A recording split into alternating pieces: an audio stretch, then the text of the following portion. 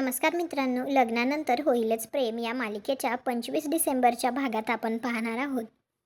काव्य आता देवाचा प्रसाद देत असते. त्यावेळी ती पार्थला म्हणते देवाच्या प्रसादाला आणि प्रेमाला नाही म्हणायचं नसतं. तर रम्या तिथेच असते. तर रम्या आता पार्थला राग यावा यासाठी ते काव्याला म्हणते, दिराच्या हातचा पेढा खाऊन आता नवऱ्याला प्रसाद द्यायला आलीस का? घराबाहेर हो आधी, चल चल असं म्हणतच आता रम्या काव्याच्या हाताला धरून तिला बाहेर काढायला लागते. त्यावेळी आता काव्याच रम्याचा हात धरते आणि तो पिरगळते आणि तिला म्हणते, इथून पुढे जर तू पार्थ देशमुखांना त्रास द्यायला गेलीस तर मी स्वतः लग्न लावून देईन तुझं, कळलं? इकडे वकील नंदिनीला म्हणत असतो, जर डिवोर्स हवा असेल तर जीवा देशमुखाची सही आणि संमती दोन्ही लागेल. आणि जीवा तुम्हाला सही आणि संमती हे दोन्ही देईल असं मला तरी नाही वाटत. तुम्हाला काय वाटतं, नंदिनी खरंच जीवाला डिवोर्स देईल का? परंतु त्यासाठी जीवा सही देईल असं आपल्यालाही नाही वाटत, हो ना?